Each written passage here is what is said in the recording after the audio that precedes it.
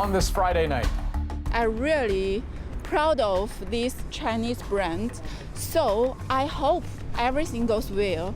A Canadian court is the center of attention in a story with global repercussions. New details in the case against the top Chinese business executive. Maybe not be the smoking gun that some people suspected, but useful information. It's Mueller time for two key defendants in the probe into Russian election meddling. What it all might mean for Donald Trump. All the black people that speak, it's through a white person's perspective of who they are rather than their own voice.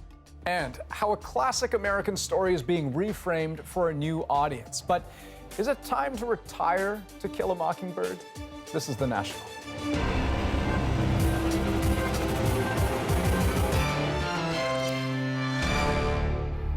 An international legal drama is playing out right now on Canadian soil. At British Columbia's Supreme Court today, a bail hearing for a member of China's corporate royalty.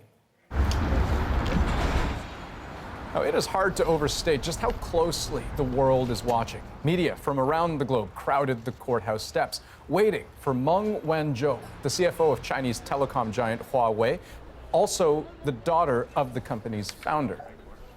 Now, there was no real conclusion today. Meng will stay in custody over the weekend, but we're learning more about the case against her as the world watches. Briar Stewart was there. The line started early as curious onlookers descended on the courthouse. I immigrated from China, so that I have interest to know what really happened. These Chinese tourists set aside sightseeing and rushed over to the court this morning. I think Huawei is our really important brand. I'm really proud of this Chinese brand, so I hope everything goes well. The attention not surprising given that the case involves the CFO of a telecommunications giant. Meng Wanzhou, who listened to the proceedings with the help of an interpreter, is accused of fraud by the U.S. government.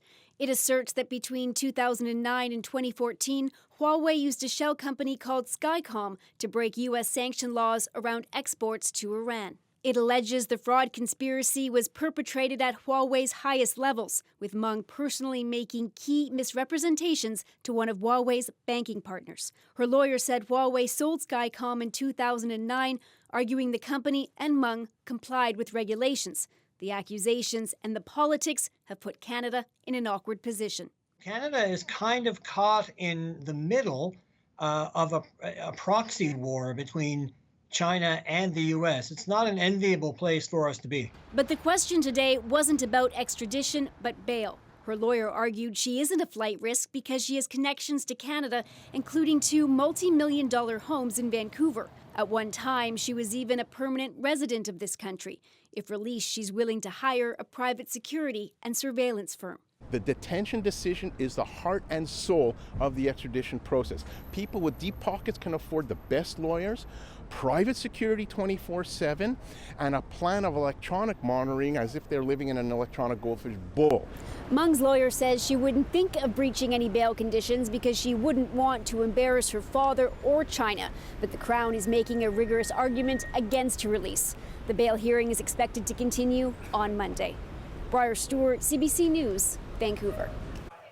So as Meng's case puts Canada in the global spotlight, it is also highlighting the influential place her company has carved out almost everywhere. Senior business correspondent Peter Armstrong explains why what happens in Vancouver could be far-reaching and long-lasting. By detaining Meng Wanzhou, Canada has landed in the center of a precarious trade war between the world's two economic superpowers. Huawei is everywhere, from corporate sponsorships to research centers around the world. It was founded on the principle that telecommunications was as important to the future of China as the military.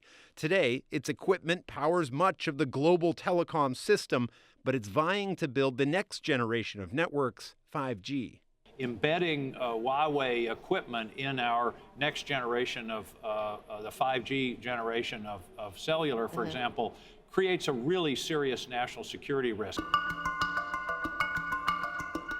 From the beginning, Huawei has been accused of stealing technology from its competitors. Cisco, Nokia, Motorola, T-Mobile, even Canada's Nortel have all said Huawei hacked into their systems to copy their technology. Every other member of the Five Eyes intelligence alliance has restricted Huawei's access to networks over fears it's a national security threat, not just spying on companies, but people as well. Huawei's intimate ties to China's political and military leadership only exacerbate those fears. China and the U.S. were already locked in an escalating trade war, which was already dragging down world markets. This arrest won't allay any of those concerns. This is something that could potentially, lead to wider miscalculations that eventually draw these sort of hegemonic powers into rivalry with one another at a deeper level. If China and the U.S. are drawn into a deeper conflict, growth slows, the entire global economy could seize up, and the impact of that would be felt everywhere. Peter Armstrong, CBC News, Toronto. Canada's PM was asked today how the case might be affecting Canadian-Chinese relations. He spoke to reporters in Montreal. Have a listen. We have a strong and constructive relationship with China. I spent the weekend engaging with President Xi. We will continue to work with China and look for ways to grow our economy and benefit our citizens. In regards to the matter you bring before me, it would be inappropriate for me to comment as the matter is before the courts. Now, of course, that wasn't the only thing on the Prime Minister's plate. Far from it. He spent much of the day huddling with the country's premiers in Montreal, a group carrying clashing agendas and very much competing for attention. Now, it promised to be tricky right from the outset. And as Katie Simpson tells us, finding anything to agree on was a tall order. So much for the tension in the room. Ontario's threats of a walkout never materialized as premiers raised issues they were most concerned about with the Prime Minister. By all accounts, it was a professional experience until all of a sudden we had a little surprise in the room. Ontario and Saskatchewan accused the federal government of ordering higher pollution reduction targets. Sources say during a discussion on climate change, the Prime Minister said he expected some provinces to exceed their initial targets. Doug Ford and Scott Moe interpreted the comment as a demand for additional action. Some will have to do more than others. Well, when did it change? On the 11th hour? This is moving the goalposts. This is not what we agreed to in the Vancouver Declaration from the province of Saskatchewan's perspective. Other premiers say this is all a misunderstanding. He didn't say they had to do more. What he said was some will exceed more. While Justin Trudeau suggests the comments are purposefully misleading. Even though the Premier may want to play games with numbers, what is clear is we are going to move forward, as we always have, in a very consistent way. And if anyone is moving the goalposts, it's Premier Ford. There was some agreement between all premiers that more needs to be done to address the oil crisis and interprovincial trade barriers need to come down. But the premiers have all left with no specific plans to tackle those problems. We made it very clear what we are looking for. I think there's willingness to look at it, but we don't have the answer yet. I've got to be frank on that. And Katie joins us now from Montreal, where that meeting was held. So, Katie, with no concrete plan, are premiers questioning the value of this sort of a meeting? When Stephen Harper was Prime Minister, Andrew, he stopped holding these events pretty early into his time in office. But what I'm hearing so far is that the premiers are happy to have an opportunity to raise their concerns at the highest level, even if some of them do leave disappointed like some did today. Okay, Katie Simpson, thanks very much. Thanks. Let's turn now to tricky politics south of the border. 3 major documents dropped today related to the Russia investigation and of major interest to the U.S. president. 2 involve Donald Trump's former lawyer, Michael Cohen. 1 filed by prosecutors in New York's Southern District, the other from prosecutors working with special counsel Robert Mueller. His team also separately filed a 3rd document related to former Trump campaign manager Paul Manafort. Now, the documents aren't exactly rich with names and details, but they do reveal that both men have been less than truthful with investigators. Our Lindsay Duncombe has more on what else they say. Mr. Cohen. Prosecutors in New York say Donald Trump's former right-hand man deserves to go to prison for a substantial amount of time. Michael Cohen pleaded guilty to various financial crimes, tax evasion, and lying to banks. But it's Cohen's admission that he made illegal campaign contributions by paying off two women who said they had affairs with Donald Trump that has the greatest consequences for the president. The memo says, as Cohen himself has now admitted with respect to both payments, he acted in coordination with and at the direction of individual one, referring to Donald Trump. In other words, the president committed a crime. The New York prosecutors acknowledge Cohen is cooperating with special counsel Robert Mueller, and for that they say he should receive a modest reduction in sentence. In a separate sentencing memo, special counsel prosecutors described that cooperation as relevant and truthful.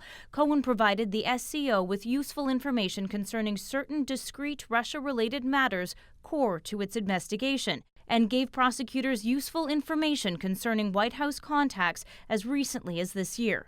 There's clearly information that was provided to the special counsel's office that's significant, and it's caused the special counsel's office to have a somewhat softer and kinder view of Michael Cohen because they believe they've gotten useful information, maybe not be the smoking gun that some people suspected, but useful information. Then there's the case of Paul Manafort. The special counsel outlined why the plea agreement with Trump's former campaign manager fell apart. Prosecutors say Manafort lied to them a lot. About precisely what, we don't know, as much of the statement is redacted. Though prosecutors do say Manafort was in touch with people in the White House and lied about it. In a statement tonight, the White House spokesperson said the Manafort case has nothing to do with the president, and the Cohen filings say nothing that wasn't already known.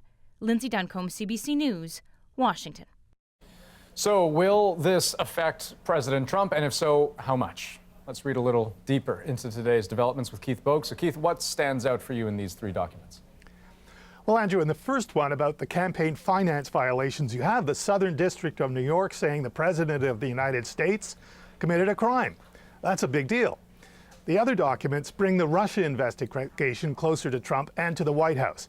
Robert Mueller says Cohen provided information that was core to the investigation and separate from what we already knew about the proposed Trump Tower deal in Moscow. And Mueller says Cohen gathered that information not from his own contacts with Russians, but from Trump executives. That could include Donald Trump. Plus, Cohen apparently provided useful information through his connections to the White House as recently as this year. And finally, the third document about Paul Manafort. It says that Manafort lied about contacts he had with the administration this year, and that's after he was charged with crimes. And that raises a lot of questions, including whether Manafort was seeking a pardon, and why would anyone in the administration talk to him? And Keith, has Trump himself said anything about all of this? Well, it looks like he has. He tweeted, "Totally clears the president, thank you." That's all. Now, if he's talking about the court filings, that's obviously untrue. He hasn't been charged with a crime, but he has been identified by prosecutors in New York as having committed one. And at this point, he also has to worry what the Democrats who are about to take control of House investigations into him might think about all of this. Okay, Keith Bogue, thanks very much. Thank you. And the president dropped some news of his own today with two major job announcements, including his pick for Attorney General, something that could have huge implications for Robert Mueller. A terrific man, a terrific person, a brilliant man. William Barr is a lifelong conservative who has been AG before. That was from 1991 to 1993 under George Bush Sr. Now, he says he respects Robert Mueller, but he's also expressed concern that some members of his team identify too strongly as Democrats. He also supported Trump's decision to fire James Comey and has said there's more reason to investigate Hillary Clinton than the president. And here was Trump's other big job shuffle today, involving a relative political newcomer, Heather Nauert. She's very talented, very smart, very quick, and I think she's going to be respected by all. She'd never worked in government before being hired as a spokesperson for the State Department. That was about a year and a half ago, following a long career as a journalist, notably for some time at Fox News. Now she's being tapped to replace Nikki Haley as the U.S.'s ambassador to the UN. That's a big jump. Both nominations will have to go through the Senate, likely not before next year. And some other stories we're following tonight. You remember the man who drove his car into protesters in Charlottesville, Virginia last year? Well, he was just found guilty of murder. This was the shocking scene during a white nationalist rally. The people hit were protesting the rally. Dozens were hurt, and 32-year-old Heather Heyer was killed. Today, 21-year-old James Alex Fields Jr. was found guilty of first-degree murder and 8 other charges, including hit and run. He could face life in prison, but if convicted on dozens of other federal hate crimes for which he still stands charged, he could get the death penalty. Investigations involving the senseless death of children create impacts that are felt throughout the community, including some of our officers. We have an update to a heartbreaking story we brought you last night. Those 2 young children in Edmonton found dead in an apartment. They were sisters, and one of them, the daughter of a 29-year-old man, now charged with first-degree murder. The bodies of the 3-year-old and 7-month-old were found yesterday in a storage room of their mother's apartment. Police say underneath a pile of household items. Just hours earlier, the girl's mother had been attacked too. West of Toronto, the police homicide unit is investigating the killing of a 14-year-old boy. A passerby found his body near a park this morning in Mississauga, and police say there were obvious signs of trauma.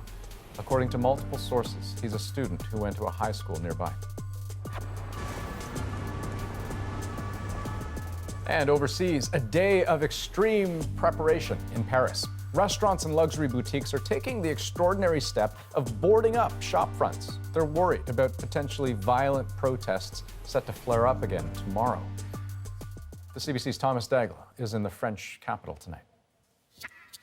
Well, the French call this the world's most beautiful avenue. The Champs-Élysées already decked out for the holidays with the Arc de Triomphe in the background. Beautiful indeed, but look a little closer and you'll see there's something wrong here. There is a sense of anxiety among locals and shop owners.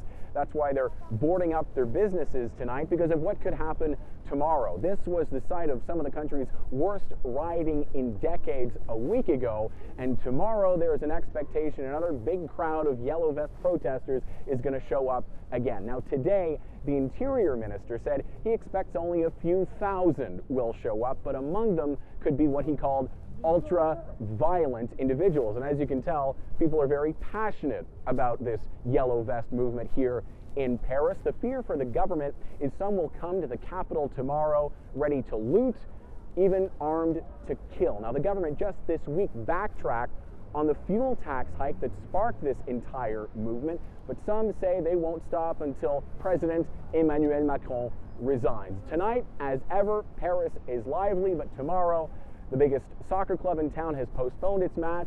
Museums are closed. The Eiffel Tower is shut. These protesters have already made a big commotion. Question is, how much damage will follow? Thomas Dagg, CBC News, Paris. And still ahead on The National, it's a classic text, but on the eve of a Broadway remount. Many are asking, is To Kill a Mockingbird still a story worth telling? Plus, meet Canadian kids joining a global protest for action on climate change. And what happens when your kid goes viral after meeting the Queen? This video, I'm just so shocked that it's taken the world by storm, but I have to admit it is actually very funny. The story behind the video. You won't want to miss our moment. And coming Sunday, Rosemary and the Prime Minister in a wide-ranging interview you will not want to miss. Do you practice what you preach? I certainly try to, yeah. You try to? Yeah, Would you admit that there are times when you don't? See it Sunday on The National.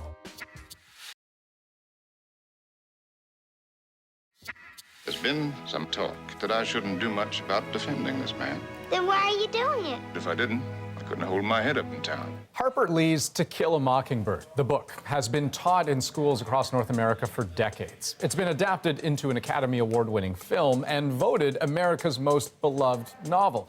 And next week, the next chapter, so to speak, it'll debut on Broadway with Jeff Daniels starring as Atticus Finch.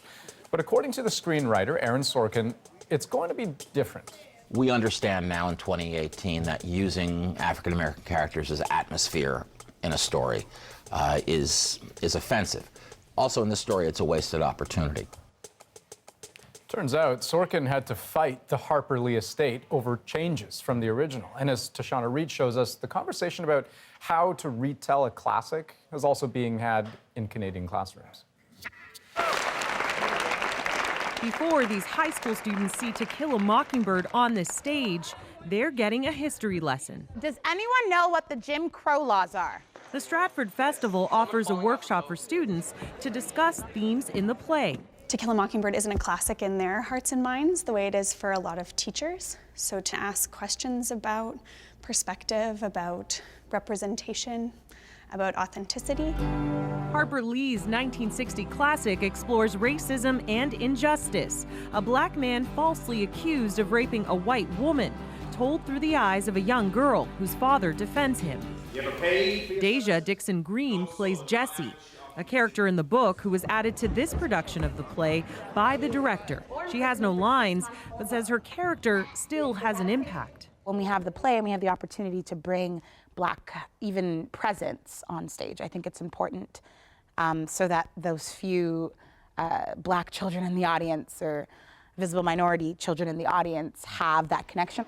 It's one of the many criticisms of Mockingbird, a story about racism that lacks the perspective of the people who are the victims of it. The story is written by a white person.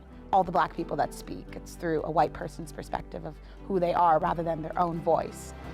The discussion surrounding Mockingbird has been ongoing for decades. In 1996, Nova Scotia started replacing the text in its classrooms after a review. And this fall, the debate reignited in Canada after an Ontario school board sent a memo instructing its teachers that Mockingbird may not be taught unless it's done through a critical anti-oppression lens.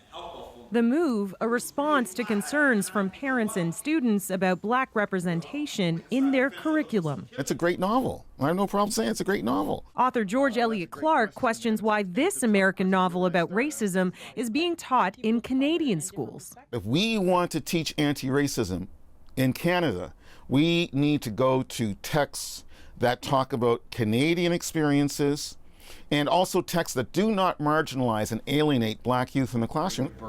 English teacher Michael Pizzuti has taught Mockingbird for the last 20 years. It's important to recognize where we came from so that we don't go back. He hasn't had any complaints, but says providing context to students is crucial. The language is difficult, sensitive, problematic. I tell the students that the N-word is going to be popping up frequently. We asked his students what they learned. It was like Black people were irrelevant and that their thoughts didn't matter. It really amplified how things were back then, that Black people didn't have a voice. We've come a long way, but there's always more we can be doing to improve society. 58 years later, and Harper Lee's classic still has its fierce defenders, while others say it's time for new voices and new books to take its place. Tashana Reed, CBC News, Stratford, Ontario. And next on The National, The Fix. Finding a sustainable way to feed a farm full of hungry mouths, creating a new cycle from farm to store shelves and back again by way of bug. There's limited resources on this planet, so I think it's really important that the world is looking for more sustainable ways of growing our food.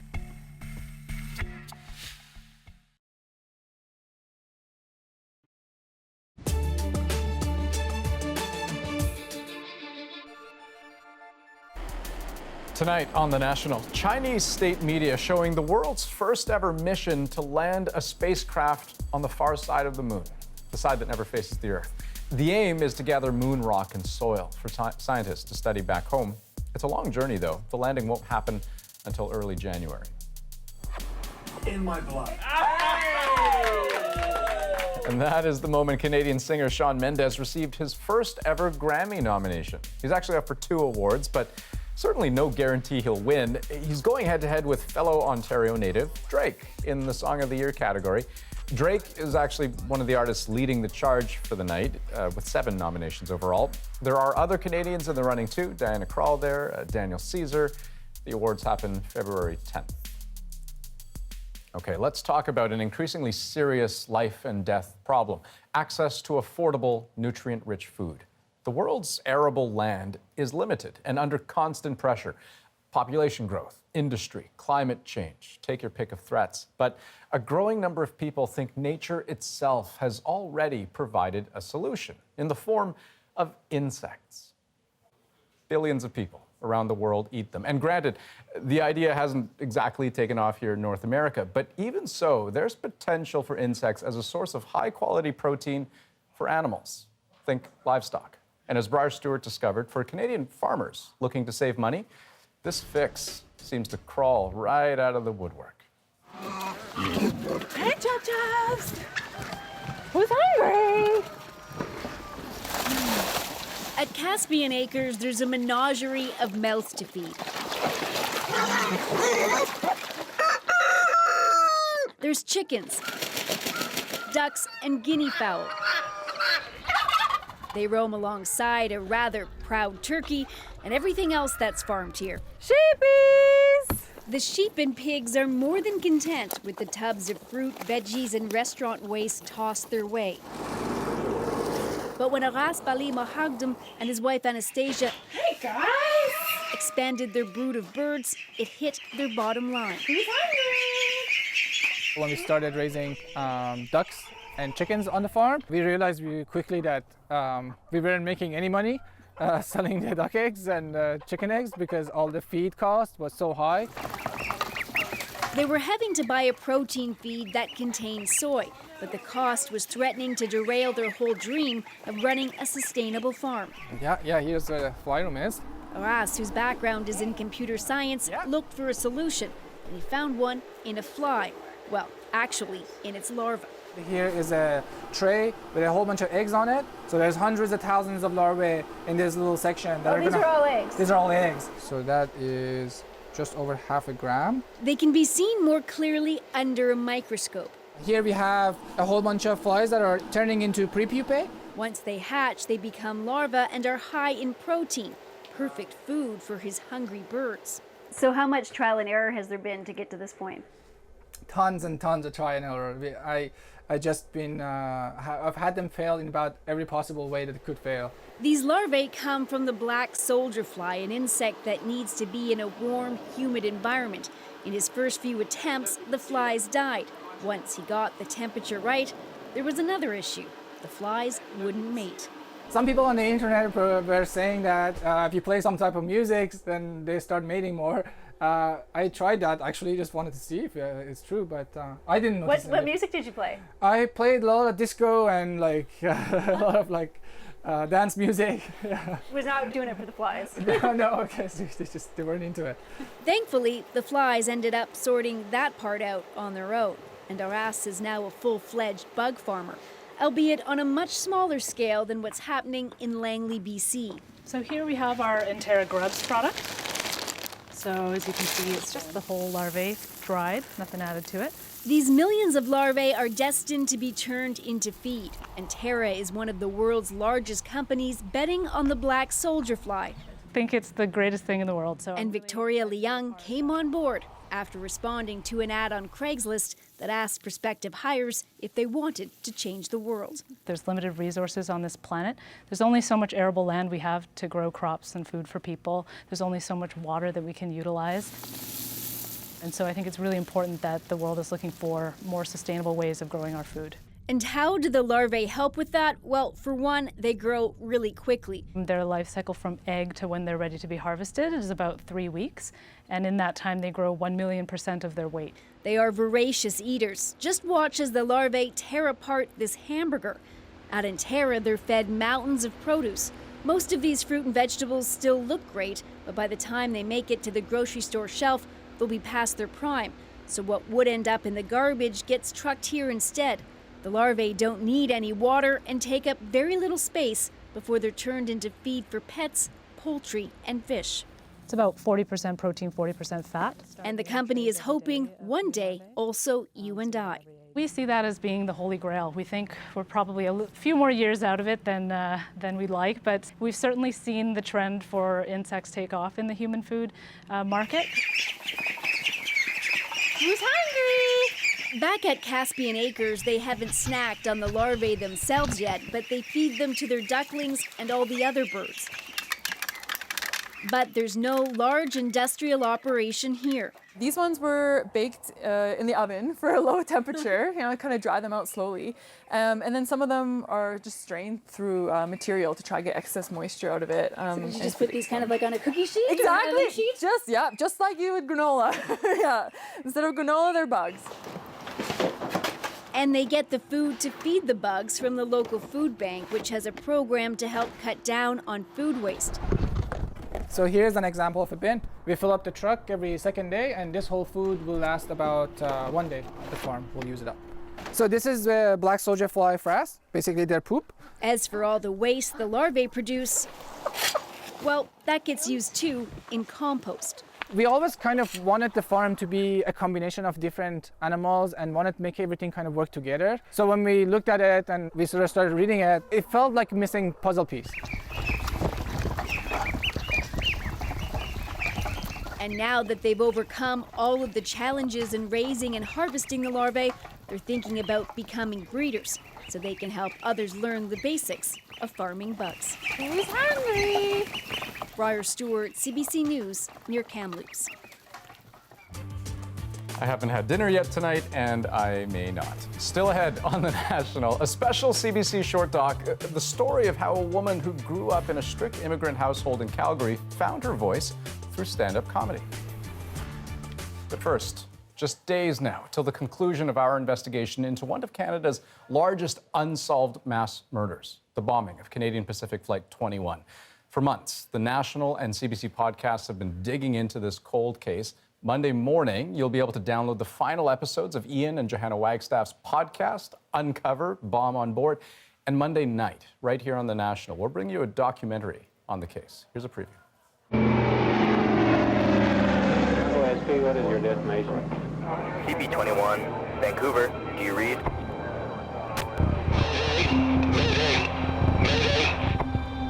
A Canadian Pacific airliner has crashed in rugged country in the Caribou district of British Columbia. Less than an hour after takeoff, an explosion sends CP-21 plummeting to the ground. All 52 people on board killed. Dee Dee Henderson was just 5 years old when her father was killed in the crash. I, for one, will never forget this, as I lost a dear loved one in it, and so many other families too. So you can see the documentary Monday night, and you can subscribe to Uncover, Bomb on Board on iTunes or wherever you get your podcasts.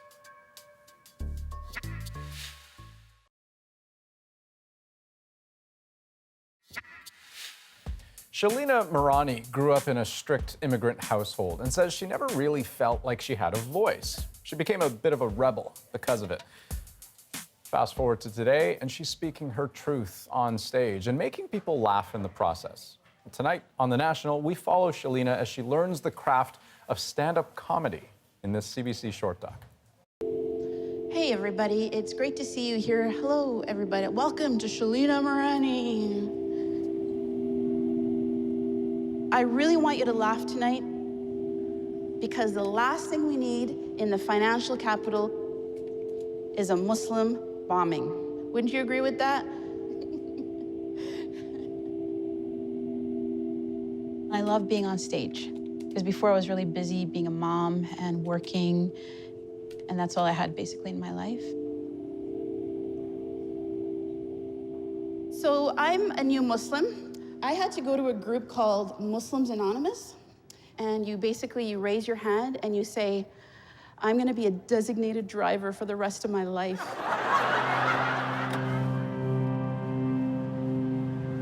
My family was really, really strict when I was growing up. When my brothers had turned 16, they got their driver's license, they got their cars. I told my family that I wanted to learn how to drive, and they were completely discouraging me from doing that. I decided that I was gonna take my dad's car, and I'd never driven a car before. And I'm going up to park, and instead of hitting the brakes, I hit the gas. I went straight into the 7-Eleven, I hit the window, and I crashed the car. It kind of led to my stand-up career, to be honest with you, because I went for a 6-week immersion course in Quebec City. And one of the things at the end of the course was to do a presentation on an event that had really impacted you. So I did this story about the fact that I had, crashed my dad's car. That was my first time in stand-up comedy. If I were to cover my face, you don't know, but I'm sticking out my tongue. Another thing you don't know, I'm actually twerking, you have no idea.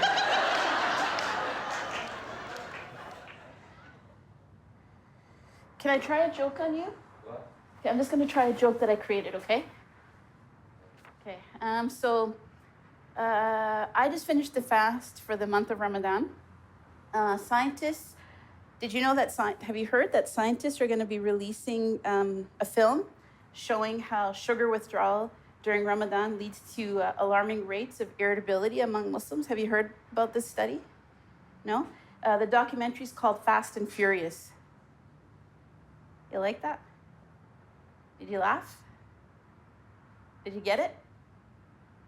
Did it suck? All right. I don't find it funny. It's not that they're all bad, but there's some jokes that, like, even though it's just a joke, some people are sensitive to that, and just because they're sensitive, you shouldn't say it, you know? Wouldn't people like to take a paintbrush? Yeah, Sarah, can you go get a paintbrush? We'll spray it, like I'll take it off then? It's kind of ugly. It looks ugly. Sometimes people could misunderstand her comedy. She could, like, make jokes on sensitive topics, but it's never really, I guess it's just really to make people think about it, not to make fun of it. I really tried to look good today, you know? Muslim women are supposed to be really, really modest, so that's why I bought these shoes, these ones. So I get a lot of questions about Islam, you know, deep questions, and I have to be ready to answer these questions. Questions like, are you hot under there? I'm like, I don't know, ask my husband, I'm humble.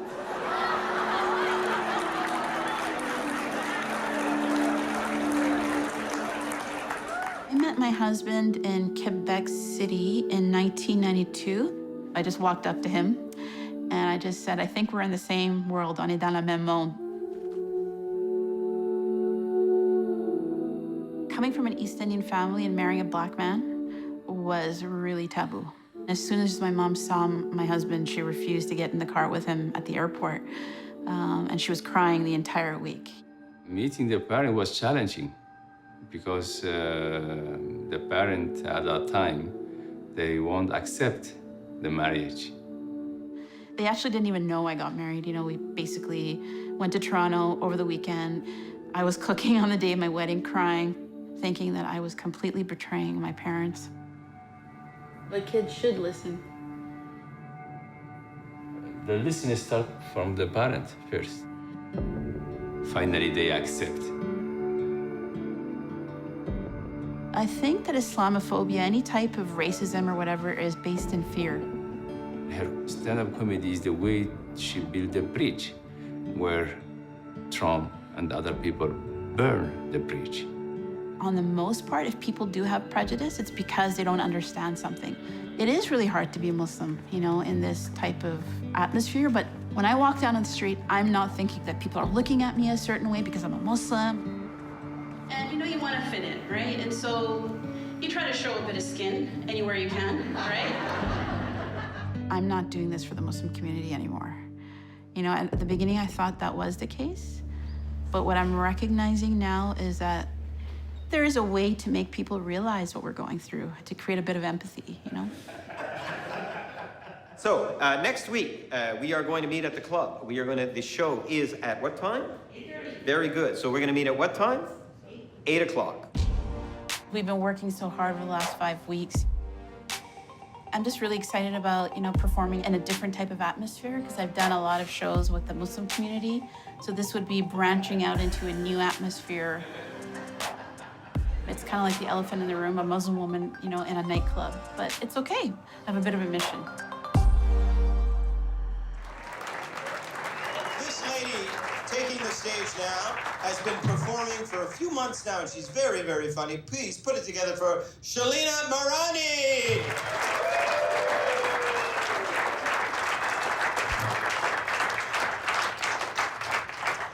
everybody. It's great being here.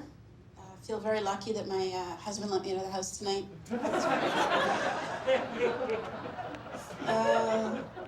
I run late sometimes. That's what happens when you're walking 10 steps behind him. I have people telling me to break a leg before I come on stage. The more appropriate term probably for me, because I'm a Muslim, chop off a head. You know? I tried to look really spiffy tonight. I got my hair done. I feel like it. So I get a lot of questions about my faith, you know? Really deep questions. Questions like, okay, well, what's that called on your head? And I'm like, oh, it is a prescription from Allah. It is something that we have to do in our religion. It is called a scarf. And they're like, no, what's it called in your language? Oh, okay, in my language, it's called a scarf. It's called a scarf. Okay, well, why do you wear the scarf? I'm like, well, it's a great way to hide a double chin, I swear to God. You know? Marani, ladies and gentlemen, keep it going. How was the feeling now? You have to tell me how I did. It was good.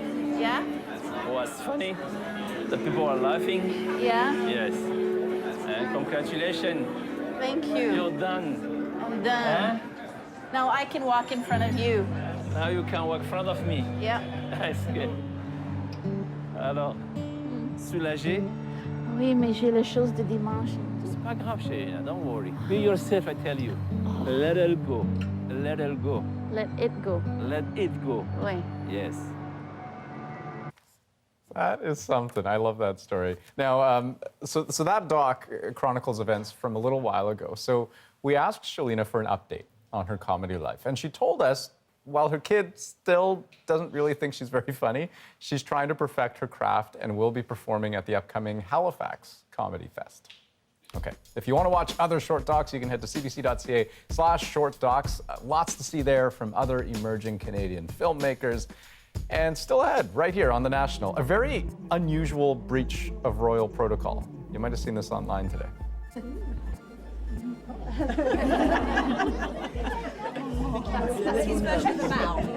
We've been saying to Nathan, if you feel stressed, what you need to do is you just walk away. How's that for a smooth getaway? From the Queen, no less. Well, we tracked down the boy's mother. You're going to hear from her in our moment.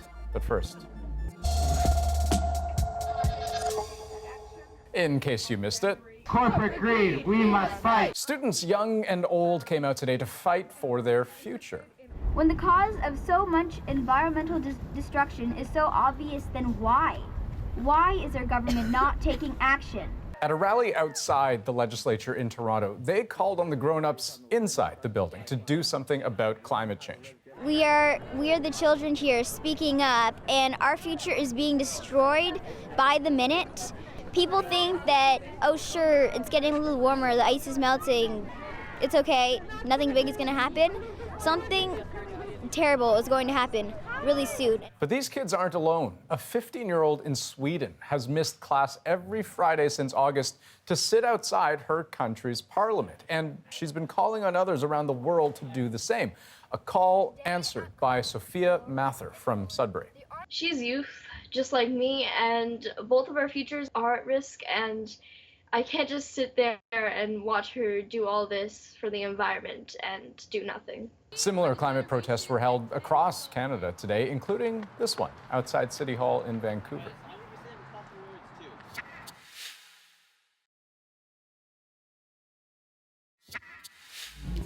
In case you ever have a chance to meet the Queen, you should know it is totally normal to be a little nervous. Totally normal. And so, no surprise at all that people all over the world this week found a kindred spirit in a young boy in London. Now, if you want to be harsh about it, you might call it a royal faux pas. But listen to the boy's mom, and he was actually doing precisely the right thing. We spoke to her today, and that is our moment. Today, this is our adoptive son.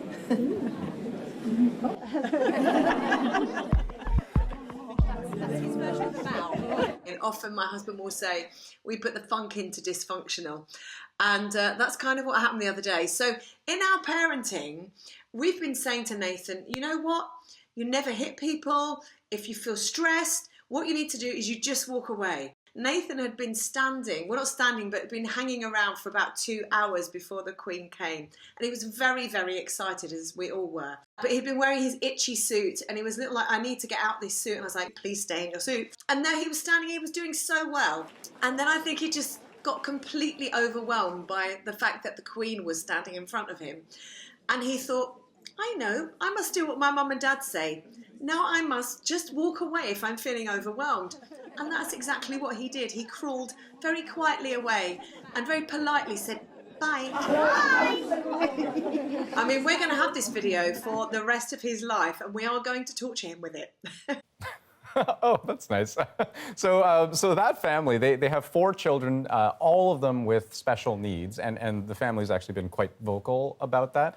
And I think you can hear just at the tail end of that tape, as the boy's crawling away, the mother says that's his version of a bow. So very charming stuff. And I don't know, I'm big on transparency. I'm big on honesty. You know, saying and doing what you feel within reason, of course. And so, hey, I'm a big fan of his now. That's The National for this Friday, December 7th. Have a good night.